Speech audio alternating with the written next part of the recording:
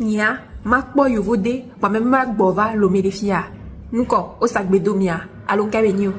Coucou, moi c'est Fanuel, j'ai 31 ans et ça fait bientôt maintenant 3 ans que je me suis réinstallée ici au Togo.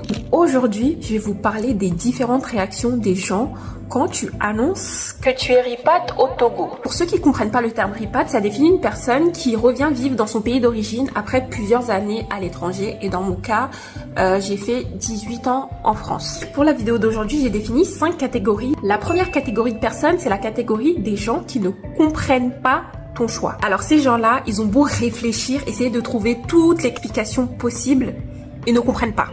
C'est tout simplement, ils ne comprennent pas à quel moment toi, tu vas quitter la France, le luxe, l'argent pour venir t'installer ici au Togo dans la pauvreté, la souffrance. Et comme ils ne comprennent pas ce choix-là, du coup, ils nous prennent pour les fous du bus.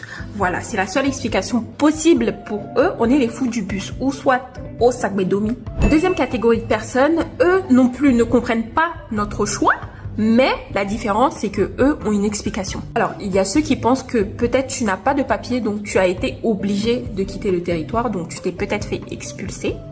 Et puis, les plus drôles, c'est ceux qui pensent que tu es rentré pour un gars. Donc pour ceux-là, c'est parce que tu as un gars, ton petit chaud, ton petit pain qui t'attend ici.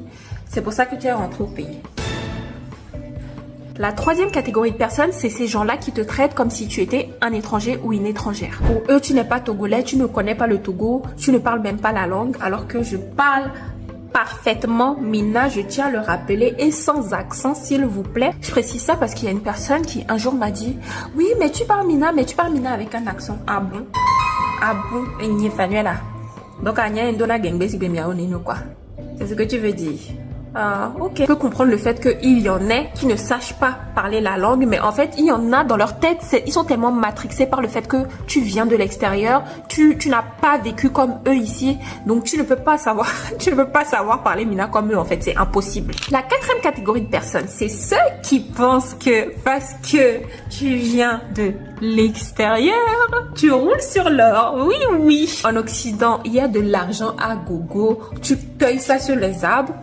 Donc toi, tu as décidé de quitter là-bas pour venir t'installer ici. C'est que tu as l'argent. Oui, tu as l'argent, donc tu vas un peu nous rincer, quoi. Est-ce que vous voyez un peu?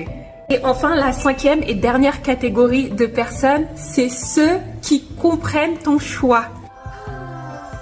Ces gens-là sont très très rares, mais qu'est-ce que ça fait plaisir de les rencontrer.